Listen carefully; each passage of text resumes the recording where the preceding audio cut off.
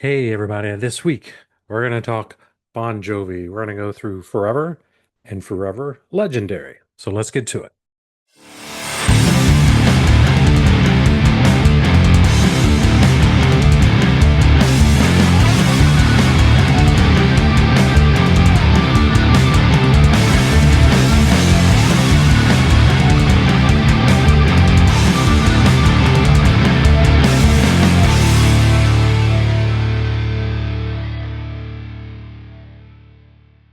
Hey everybody, it's the Snowman with TooLoudTooOldMusic.com. Welcome back to the collection. This week we're going to talk Bon Jovi. They just announced a tour, which honestly I never thought we'd get again. Because if you remember, a couple of years ago, John had some really bad vocal problems and had to have surgery as a result. So I wasn't sure we'd even get another album, let alone a tour. So it's really cool that they're going to do a tour. Don't know if I'll get to see it, but that's okay. Just kind of glad maybe this will be their one last hurrah to go out and celebrate. So people just need to cut him some slack. Uh, but after that surgery, he recovered, and they were able to give us another album, which thankfully we did because I like Bon Jovi albums. So their 16th studio album was Forever. Came out on June 7th, 2024. My copy of this is the Amazon exclusive, and it comes on a really, really beautiful um, album there with the transparent and then the black mixture of the two. So really, really awesome. But like I do with all of my Bon Jovi stuff, I buy everything that they offer. So I got the CD, and he even offered the cassette. The cassette's still sealed. CD is not. CD opens, um, and it's even the CD has this little card, which is autographed by John, which is really cool. And if you see, here's the entire entourage now. Of course, we still have John, David Bryan, and Tico Torres, the three original members. But with this album, they made some additional additions to the band.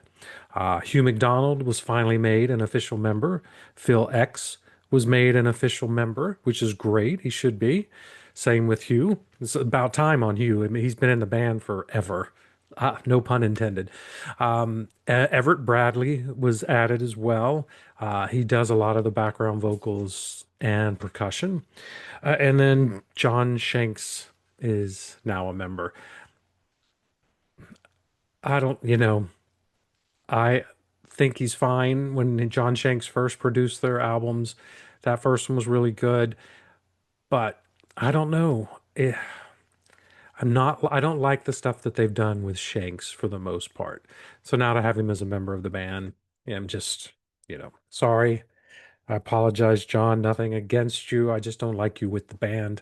And I don't like what y'all have done to all the sound and all that over time. I think Bon Jovi needs to work with somebody new to get some fresh stuff in there. That's just my opinion, so I'll leave it at that. So I reviewed this album on my site a year ago, um, and we're gonna get through the songs. I'll do the songs simultaneously. I thought it was a good album. Um, Not a great album, but it was a good album. Had a lot of good songs on there that I enjoyed.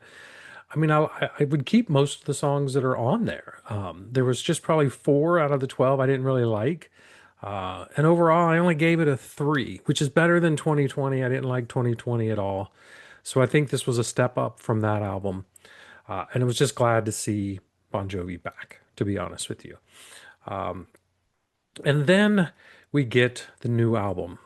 Um, After Forever came out, it went to like number five, and then it just disappeared from the chart almost immediately. It was really weird. I mean, Bon Jovi albums have never fallen off the chart that fast. But he was getting a lot of phone calls from artists who wanted to cover songs from that album. And so, from what I understand, because of that, he thought, why not just do a covers album instead of having them cover the album? Not a covers album, a duet album with the people that wanted to do it, and then he invited a lot of other people as well. And that is the new album that we get here in 2025, and it just came out on October 24th. So it hasn't been out long, and it is Forever Legendary Edition. So as you can see, they took the cover and then they just changed it a little bit by adding all the people that are on the album as well. And like the last one, I did get the CD as well. However, I don't have any signature one in this one like I did the other one, but that's okay. Uh, they didn't offer a cassette this time, so I don't have a cassette for it. And then the version I got is strictly the black vinyl, um, not not the colored vinyl that they did offer as well.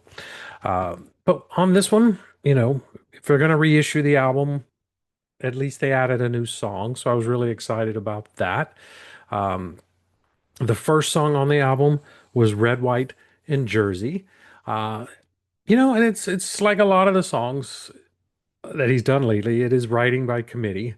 It has John co-wrote, John Shanks, Ashley Gorley, and Casey Brown. So it took a lot of people to write it, which back in the old days, I mean, I guess he did have Desmond Child a lot of the times. Um, the song Up Tempo is kind of very nostalgic sounding. It seems about John reminiscing about the past, and no matter how famous they became, they bled New Jersey and stuff. So that's true. I think it's a really good song. David Bryan's keyboard is really the heart of the song. And then there's pretty good guitar work, and Tico just pounds the crap out of the drums like he always does. I think it's going to be a really great live track when they play that one. It should go over really well with a live audience and stuff. So this one's not a duet; it's just a new studio album, and I think it's a great song. Glad to have it as as as well added to the thing. Then we're going to start with the regular album that it was. And the next song is Legendary. It was a song about his wife, and it was also very nostalgic, harking back to the band's past and then looking into the future. It's got a great bridge and chorus. It's really catchy. You can't help but kind of get swept up into the chorus and stuff. He names drops like Neil Diamond's Sweet Caroline, Van Morrison's Brown Eyed Girl. It just gives it this familiarity to you when you hear it. And it's just a great, great song. Now, to turn it into a duet, I think he's a phenomenal singer from Britain, James Bay. He's probably come out in the last 10 years. I've got a couple of his albums, just a really great vocal, and mixes really well with John. But my only problem with it, and it's not James Bay at all. I think there's only two verses in the song. John gets one verse, James get the other verse. And I don't really hear James that much in the chorus, so they didn't really do background vocals and throw them in with him. If they did, I couldn't tell. So I think it was a real missed opportunity to somehow get him more involved instead of just cutting out John's vocals and throwing in James Bay's vocals. So because James Bay's great, haven't heard him, check him out. His first album, Chaos and the Calm, something like that. Forgive me if I got it wrong, is really really great. You'll enjoy that one. The next track that we get is We Made It Look Easy. And if you thought the first song was nostalgic with Legendary, then this one is even more so. Bigger chorus, bigger hooks, some really good storytelling by John, which I think he's been missing some of that in the last few years. You just haven't felt the songs like we used to feel them. But I think this one really does a good job. More great guitar work. Musically, it is just great. One of the many writers on the song is Ryan Tedder from the band One Republic, which I think is really cool. He's a great, great songwriter, very talented. So I see John working with him. That was probably a good idea. But he doesn't sing with John. For this one, he has another British act, Robbie Williams, who I love Robbie Williams. So I was really excited to get this one. One of the main reasons I wanted to buy this album was because of Robbie, and then Joe Elliott's got one later on. So it's really cool to have him on this track. His vocals really complement John as well. And again, there's only a couple verses, so John gets one, Robbie gets the other. But Robbie's mixed in on the chorus. You can definitely tell and definitely hear Robbie singing. So it's a really good song. I like the song to begin with. I like it even more now because he lifts it a little bit higher with Robbie added. Then we get Living Proof. Brings back that old Bon Jovi talk box that we're used to hearing. And I don't think we've seen it in over a decade, but really great to have that. Um, Even though Richie does it better. He just does, sorry. That doesn't detract from the song. It's still another killer track. It's got a good driving beat, very up tempo. It's another feel good track. And on 2020, I just remember when John sang that album, he more spoke it than sang it. He's singing again, and he's really doing a great job. I think he sounds great on this album. So no problems with his vocals at all. I think he works.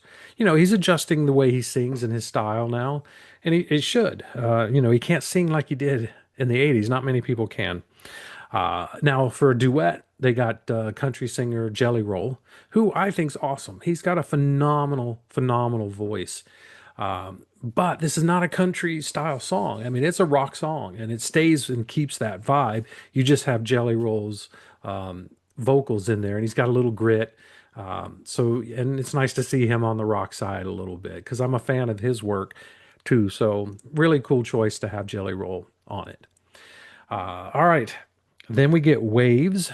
Waves sees John again, more outside riders, but this time the outside rider is Jason Isbell. And I can hear that influence in the song for sure before he even sings anything with Jason, which he does on this one. The original track, you can kind of hear Jason's style in that. But it's really nice that he got the songwriter to sing on the album. Jason gives it a little more country vibe with his vocals, and you know what? I'm okay with that. It's the song's not country. It's just that little style, lyric style that he sings. I'm really digging it on this one. I liked this song to begin with, and I just think it's really good. And heck, there's even a decent guitar solo on this one. So another good track, good choice. Then we get the song Seeds, which is very similar to Waves, in my opinion, of kind of the same type of song. And I guess that's fitting to have them next to each other. Ryan Tedder helped write this one, and so who did he get to sing on this one? Ryan Tedder. So great choice. I just like the fact that sometimes he is picking that writer to sing the song with him. Their vocals work really well together, and when they blend their vocals together, it's a nice moment to have them two singing together. It's a little more upbeat than Waves, but not by much, just a little. So really good song, and so far I haven't been disappointed with anything that we've heard. Then we get to Kiss the Bride, which John wrote with Billy Falcon, and Billy Falcon is the one that's going to duet with him on this. Because if you've been paying attention, the last two songs were that way, and so is this one. This one was written for John's daughter. She was getting married and stuff. It's just a really sweet song. Pleasant piano opening it. And when John sings, it's kind of sappy and stuff. It is a very cheesy song. A little too cheesy for me. Billy really Falcon doesn't add enough to it to help save this one. So it is one of my least or favorite songs on the album, even though really nice intention. Now, my favorite song on the Forever Legendary album is this next track. It's The People's House. It's got this Keep the Faith bass line in it at the very beginning. I definitely can hear that. We get charged up. It's just an energy-filled track with a very big gospel vibe to it. And so that's the way the song was originally. It still is that way. And to make it even better, they brought in Michael Trotter and Tanya Trotter of the band The War and the Treaty. And man, do they really kill it on this song. They really add that gospel. I mean, they're gospel singers. And so to have them in there with that song that's already got that style just really puts it over the top. Great addition. Probably my favorite track on here because Michael and Tanya just their vocals are unbelievable. Check War and Treaty out if you haven't. All right, then we're at this point, we're flipping over to side C. We're on the second vinyl. It's Walls of Jericho. It's not a song I enjoyed on the original album, I'll be honest. It's a 80s rock icon that he brings in though to sing this one, and it's Joe Elliott this time. Uh, so it made me a little more interested to hear the song again with Joe on the vocals. It's just some cheesy gang vocals at the beginning, chanting out very cheesy little lyrics. There's a country twang to it. Yeah, that part hasn't changed. That was like the original song. That's the way it is now. When the verses kicks in, it doesn't improve. It does improve as John sounds really good. The chorus is still kind of big and corny and stuff. The second verse gets us Joe, and Joe sounds great. I mean, it kind of starts to feel a little Def Leppard style. But even Joe can't really make this a great song. It's grown on me. I can tolerate it now because having Joe and John together, because I think that's a long overdue duo there that should have done a song together a long time ago. So yeah, a little jury's still out on that one. Maybe I give it a half point. Not my favorite. Then we get "I Wrote You a Song," which is another ballad and more David on the piano. David's awesome, David Bryan. He's been in this band forever. I love his playing. He adds so much to songs. It's not, I don't know, he plays for the song. He's just got this feel to it. He's just so good. He's a critical part of Bon Jovi.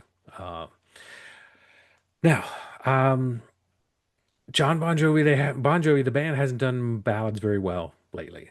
And I would love to say I'm wrong that they now do good ballads, but this one is as bad as the others. It's a little inadequate.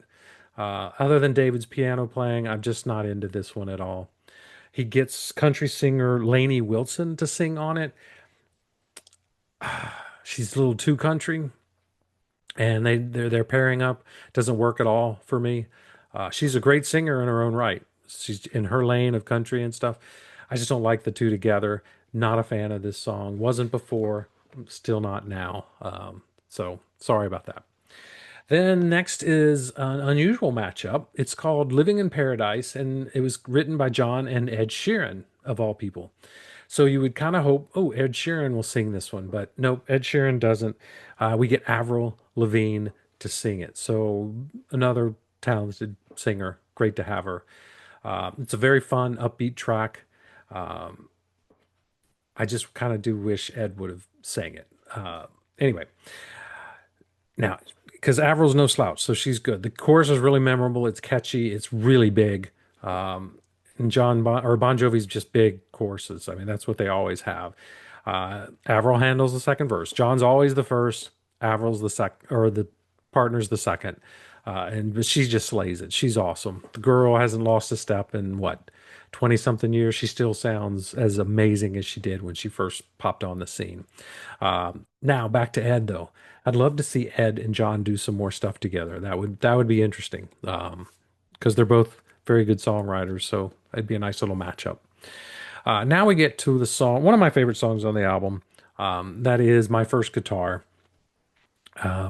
It's this one. John's been reunited with his very first guitar he purchased back a long time ago, sold it 45 years ago. Now he has it back, and how he just goes on and on about he's in love with his first guitar.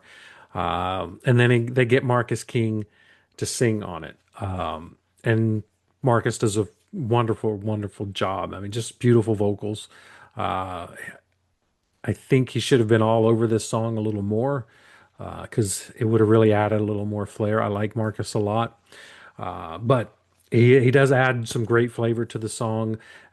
So I do like that. And it was a good song before. It's still a good song.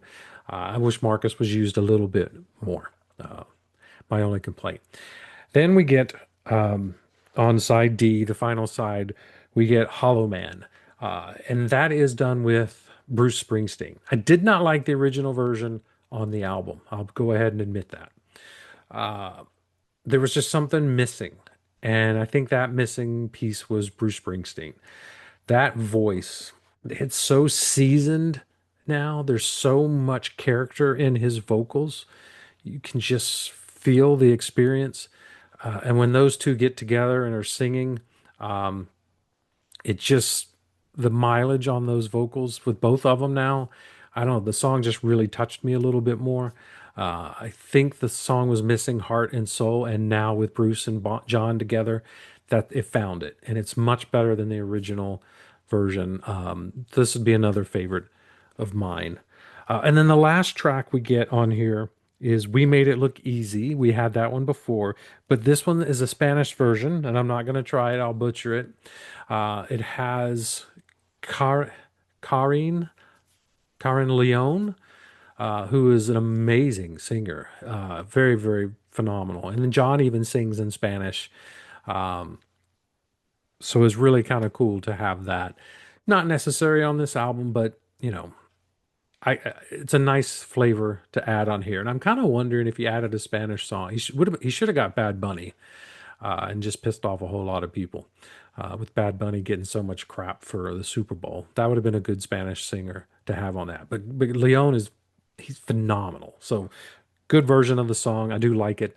I just think it'd be funny, being John's a real Democrat, to have Bad Bunny throw on there, and piss off a lot of people. But that's another story for another day. All right, so that's the new album, Forever Legendary Edition. This one, like I said, when I did Forever, I gave it a 3. I'm going to be honest, this album has grown on me. And then hearing this, my 3 was probably a bad score to give that last year. I give this a 4 now. I don't know. I think I'm just happy they're putting out stuff. And I think a duet album, very different. Um, Not something they've done before. And so I think it's a nice change of pace. The songs did mostly improve. And so I give this one like a 4. Um, yeah, and like I said, this album has grown on me. The more I listen to it, the more I do like it. And not usually when don't like an album, it doesn't get any better for me. But this one's definitely gotten better for me. So yeah, so that's it. Um, Hopefully you enjoyed it. Here's the 2 albums. We have Forever and Forever Legendary Edition. Both really great. Get a chance, grab one of them, stream it, give it a listen. Let me know what you think. And that's it. So click like, hit subscribe, leave a comment. We'll get back with you as soon as we can. And we'll see you next week on The Collection.